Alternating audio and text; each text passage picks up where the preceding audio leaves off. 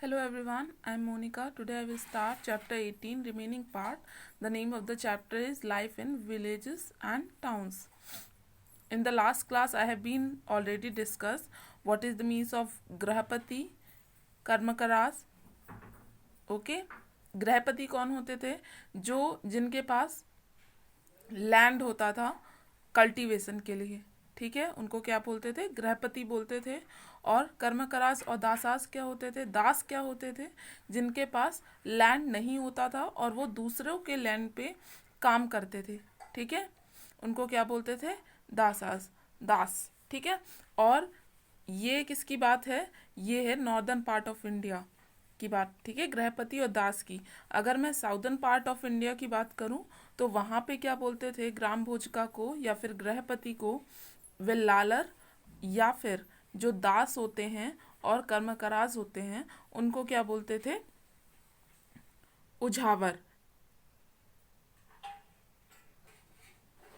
Not उझावर, it is called अदिमाई।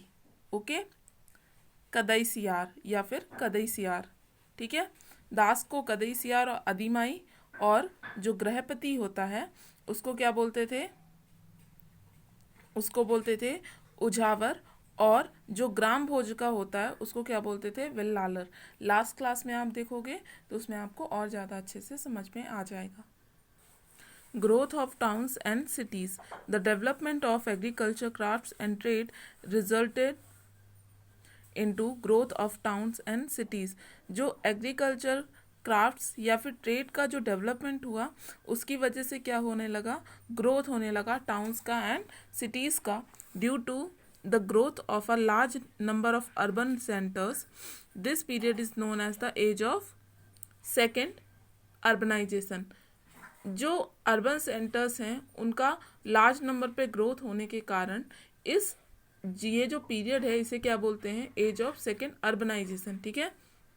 This is called so because the first urbanisation took place during the period of Indus valley civilisation around 4700 years ago. अब देखो, जो first urbanisation कब हुआ था? Indus valley civilisation में, ठीक है, और वो कब हुआ था? 4700 ईयर्स एगो, ठीक है।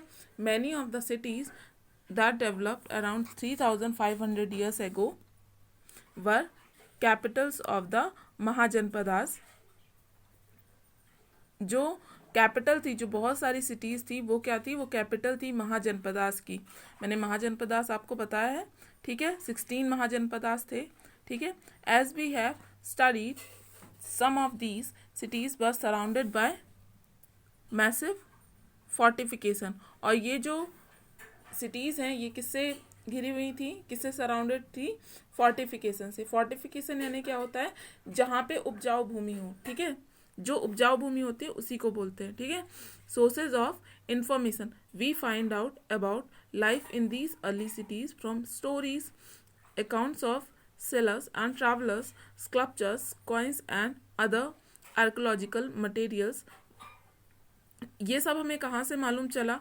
स्टोरीज से, ठीक है, ट्रैवलर्स से, स्कल्पचर्स से, कॉइन्स से, और अदर्स जो आर्कोलॉजिकल मटेरियल मिले आर्कोलॉजिकल डिपार्टमेंट को, उन सब चीज़ों से, ठीक है. बुद्धिस्ट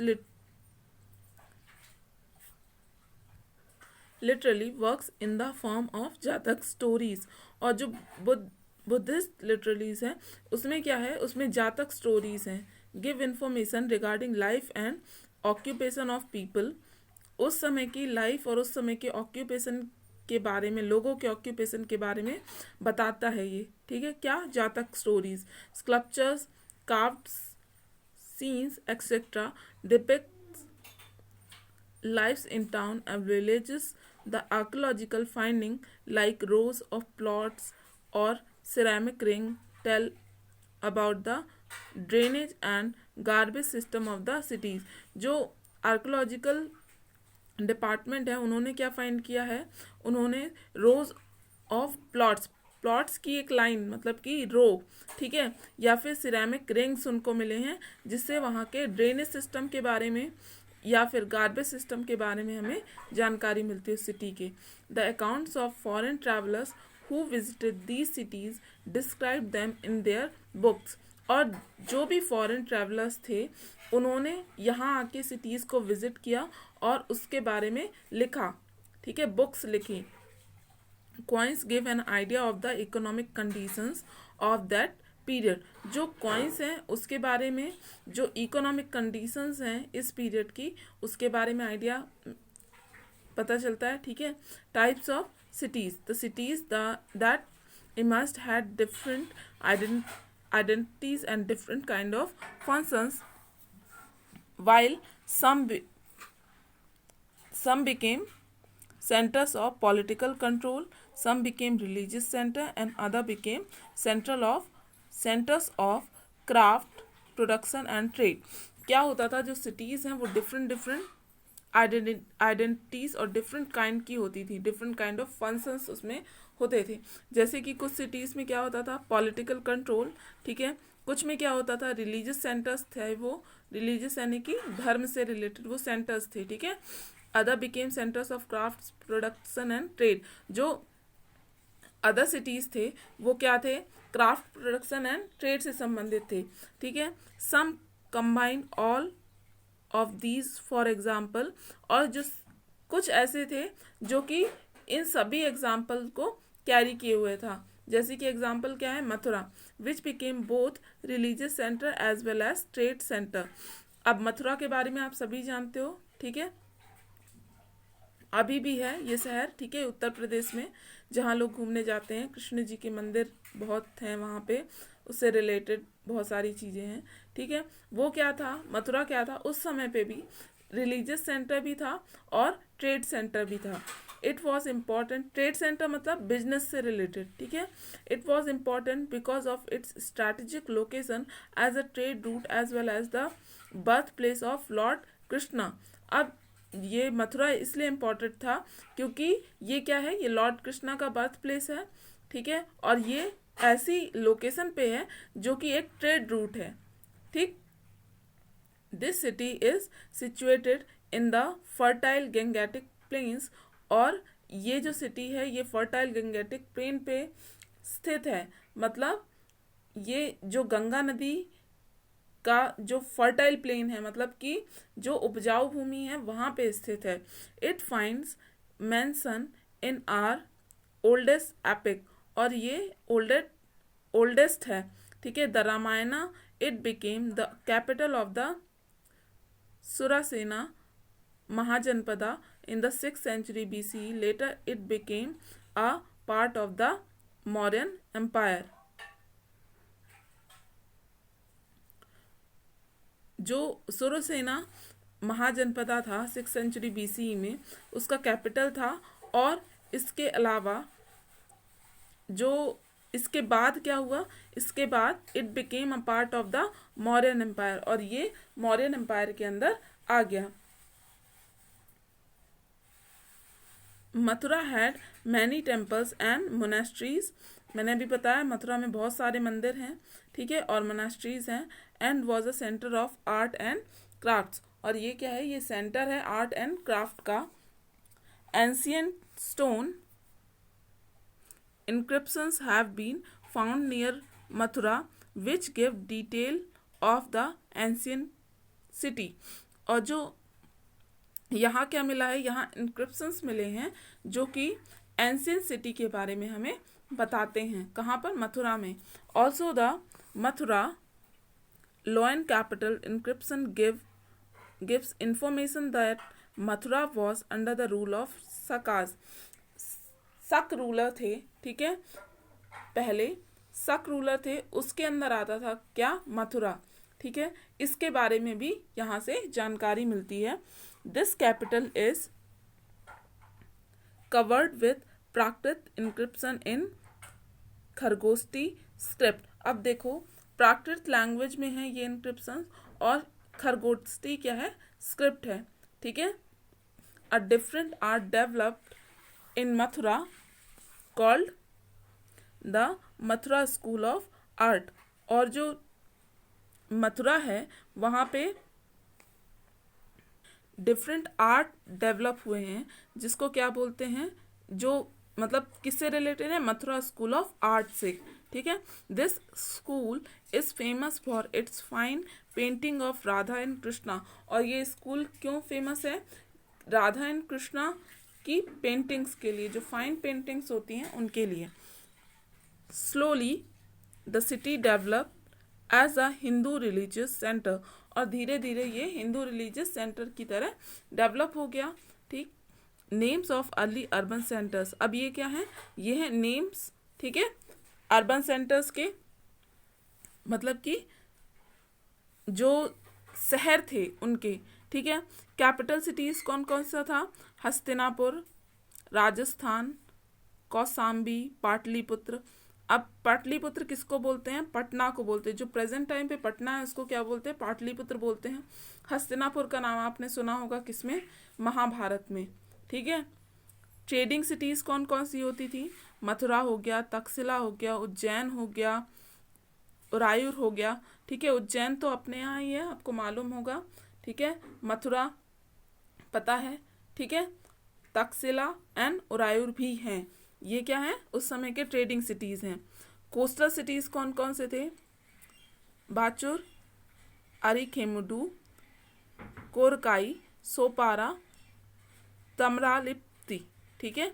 ये सभी क्या थे, कोस्टल सिटीज थे, मतलब कि इनके चारों ओर क्या था, पानी, चारों ओर पानी नहीं, मतलब ये समुद्र के किनारे, ठीक है, बसे हुए शहर, ठीक है। एजुकेशनल सिटीज कौन कौन से थे, वलाबी, नालंदा, तक्षशिला, ठीक। रिलीजियस सिटीज कौन कौन से थे, वैशाली, सारनाथ, मथुरा, काशी, मदुरई, सावर, बेल, गोला, ठीक। ये सब क्या थे, ये रिलीजियस सिटीज थे। Besides agriculture, trade was another major source of revenue. Agriculture के अलावा ट्रेड जो था उससे भी हमें बहुत ही ज़्यादा अच्छा रेवेन्यू मिलता था उस टाइम पे, ठीक है। हमें नहीं, मतलब उस समय के राजाओं को, ठीक। फॉर रनिंग किंगडम, ठीक, उस समय के राजाओं को। Under the king many kinds of employees existed, namely ministers, mahamatras, governors, rathikas, state managers, petanikas, policeman, raj bhatas and slaves, dasas and dasis, soldiers and wages workers, karmakaras. ये सब क्या है, ये जो मैंने पढ़ा, ये सब जैसे मिनिस्टर्स हैं, मिनिस्टर्स को क्या बोलते थे, महामोचास, ये वर्ड है, ठीक है, पर्टिकुलर उसके लिए। गवर्नर्स को क्या बोलते थे, रत्तिकास बोलते थे। स्टेट मैनेजर को क्या बोलते थे, पेटानिकास। पुलिसमैन को क्या बोलते थे, राजा भाटास, ठीक है। स्लेव्स को क्या बोलते थे, दासास एंड दासीज, ठीक है। दास एंड दासी ये क्या थे, ये स्लेव्स थे, ठीक है। ये सब नेम है जो इन ब्रैकेट हैं, ठीक। From the 6th century BC traders used land and rivers routes and went from place to place buying and selling their products। अब क्या हुआ 6th century BC में कि जो ट्रेडर्स थे वो लैंड और रिवर रूट्स दोनों का यूज करने लगे, ठीक है। एंड एक जगह से दूसरे जगह पे जाने लगे सेलिंग के लिए, प्रोडक्ट सेलिंग के लिए।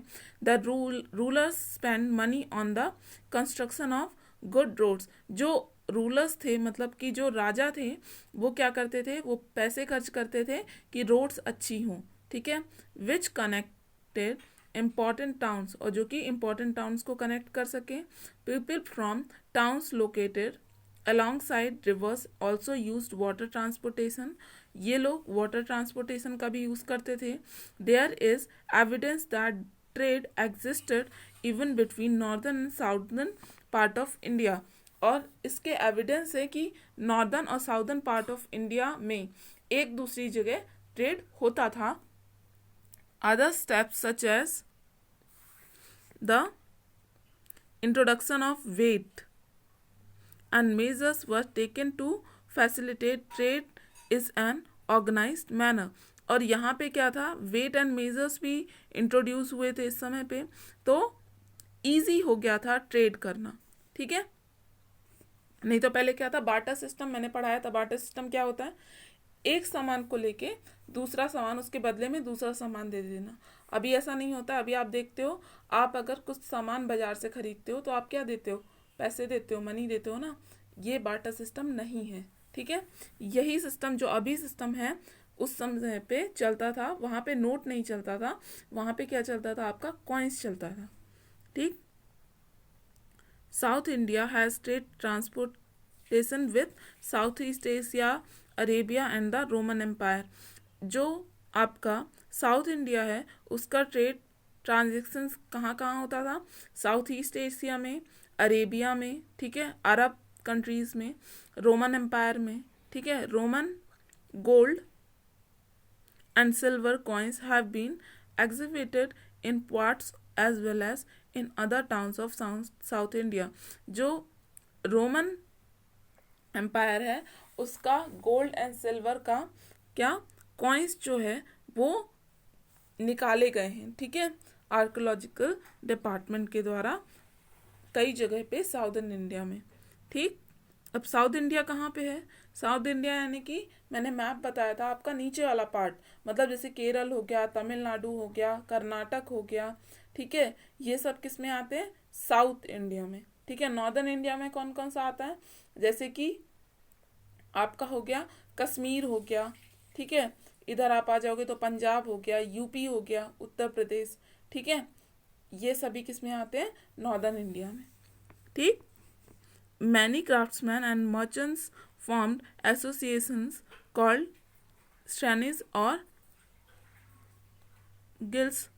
These associations help the craft person in arranging raw material for their respective crafts and also provided training to the interested persons।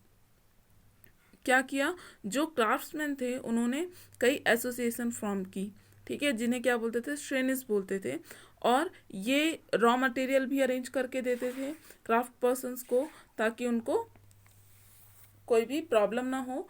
और इसके अलावा अगर किसी भी पर्सन को इंटरेस्ट है उस काम को सीखने में तो उसकी भी हेल्प करते थे। They also provided the loans to the merchants and craftsman. और मर्चेंट्स और क्राफ्ट्समैन को लोन भी प्रोवाइड किया जाता था ये एसोसिएशन के द्वारा। Sometimes shrenis were used as bank. और जो श्रेनिस हैं वो कई बारी बैंक की तरह यूज़ होता था, ठीक है। Where rich invested their money, जहाँ पे जो अमीर आदमी है वो अपना मनी इन्वेस्ट करेगा। The shrenis were organized to protect the interest of the craftsmen and merchants। अब craftsmen और merchants क्या करेंगे, उससे लोन लेंगे, उधार लेंगे, तो वो इंटरेस्ट भी पे करेंगे, ठीक है। तो श्रेनिस एक तरह से बैंक का भी कार्य करता था कई बारी। अब each guild and shrenis has its own president. और ये जो एसोसिएशन था इसका एक प्रेसिडेंट होता था, who was called by different name like shreshthin, jyeshthaka और प्रमुखा, ठीक है। ये वर्ड यानी कि जैसे प्रमुखा हो गया, सेस्थिन हो गया, इन सब वर्ड से उसको प्रेसिडेंट को बोला जाता था, ठीक है। Who help a highly respected place in the society, who held a highly respected place in the society, और जो कि सोसाइटी में बहुत ही ज़्यादा रिस्पेक्टेड प्लेस रखता था, ठीक है। Coins, an important feature of urbanisation was the use of coin. जो अर्बनाइजेशन था उसका इम्पॉर्टेंट फीचर क्या था, कॉइन को यूज करना। These coins were called punch marked coins. और कॉइन्स को क्या बोलते थे, पंच मार्क्ड कॉइन्स बोलते थे, because the design was punched on the coins made of silver और कॉपर। और क्योंकि जो डिजाइन होती थी वो सिल्वर या कॉपर की होती थी, ठीक है, कॉइन्स पर। Pali text contain the first definite reference to coin. जो पाली टेक्स्ट है उसमें फर्स्ट डिफाइनाइट रेफरेंस है, ठीक है, कॉइन्स में, ठीक है। अब देखो, ये जो केस स्टडी है ये किसके बारे में है? तमिलनाडु के बारे में है। ठीक है, तमिलनाडु जैसे कि अपना एमपी है, ठीक है, मध्य प्रदेश है, मध्य प्रदेश में बहुत सारे सिटीज़ आते हैं, जैसे भोपाल हो गया, इंदौर हो गया, सागर हो गया, जबलपुर हो गया, ठीक है, शहडोल हो गया, ऐसे बहुत सारे हैं। ठीक है, उज्जैन हो गया। वैसे ही तमिलनाडु में भी बहुत सारे सिटीज़ आते थे। ठीक है, ये बहुत पुराना स्टेट है और इसमें जो मेन है उसके बारे में यहाँ पे बताया गया है, जैसे कि कावेरी पट्टनम हो गया, ठीक है, अरिकमेडु हो गया, ठीक, इनके बारे में यहाँ पे बताया गया है। कावेरी पट्टनम कहाँ पे सिचुएटेड था? ईस्टर्न कोस्ट ऑफ तमिलनाडु में। ठीक है, at the entrance point of river Kaveri, ये एंट्रेंस पॉइंट था कावेरी का in the bay of Bengal. The market of Kaveripattanam were always full of people buying and selling things of day-to-day life.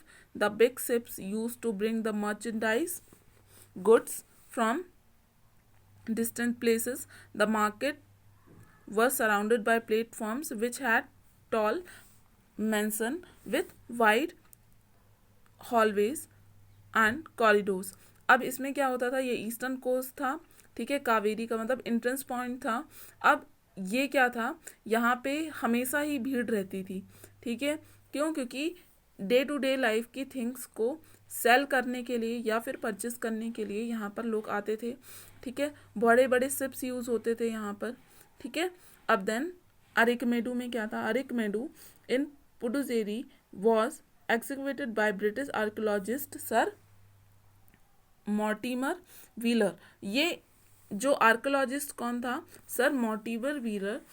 ये British archaeologist थे, इनके द्वारा ये खोजा गया था, मतलब कि खुदाई में ये मिला था। It was a coastal trading centre and a major port. और ये कोस्टल ट्रेडिंग सेंटर था और ये एक मेजर पोर्ट था। अब पोर्ट तो आप समझते होगे, ठीक है, मतलब जहाँ पे जहाज आते और जाते हैं। ठीक है, बड़े बड़े जहाज जो होते हैं, मतलब ships unloaded goods here and it served as a warehouse. और ये एक वेयर हाउस की तरह काम होता था, मतलब कि यहाँ पे शिप्स अनलोडेड होते थे। ठीक है, this town is best known for its stone bead production. और यहाँ पे स्टोन बीट्स का प्रोडक्शन बहुत अच्छा होता था। Glass shell bangles, semi precious stones and textiles were some important objects of export from the port. अब ग्लास हेल बैंगल्स जो होते थे, मतलब चूड़ियाँ, सेमी प्रीसियस स्टोन्स, ठीक है, टेक्सटाइल्स, ये सब क्या था? ये सब इम्पॉर्टेंट ऑब्जेक्ट्स थे जो यहाँ से एक्सपोर्ट होते थे। Wine, olive oil, glassware, pottery, jars and vases, gold, silver and gems were important from Rome. Stamped red glazed pottery known as Aretine ware, lamps, gems and glass items have also been found in this area. These findings prove that there was trade between Arikmedu and the Roman Empire. और ये सब चीज़ मिलने से क्या क्या इससे prove होता है कि अरिकमेडु और जो रोमन एम्पायर है उनके बीच में क्या था? ट्रेड था, मतलब बिजनेस होता था। Sources of information. The sources of information about these kingdoms of the south are the जातक टेल्स। और ये जो सोर्स क्या है इस इंफॉर्मेशन का, कहाँ से मिला ये सब कुछ? अभी अगर किसी ने खोजा होगा तो कैसे मिला? जो जातक टेल्स हैं, जो जातक कथाएं हैं, ठीक है, वहाँ इनका मेंशन है। ठीक है, इन सब चीज़ों का। Accounts of Megasthenes and Ashoka's inscriptions. जो मेगास्थनीज और अशोकास इंक्रिप्शंस है अशोक के या फिर मेगास्थनीज के, वो उनमें भी इन सब का उल्लेख है। ठीक है, Pliny a Roman historian too has written about them. और जो प्लिनी है, जो एक रोमन हिस्टोरियन है, उन्होंने भी इसके बारे में लिखा है। Another important source of information is the Sangam literature of the south. Sangam literature एक बहुत इंपॉर्टेंट सोर्स है, ठीक है, साउदर्न का, मतलब कि साउदर्न इंडिया का, उसमें भी इसके बारे में बताया गया है। ठीक है, so this is chapter number 18 this is end of the class. Thank you.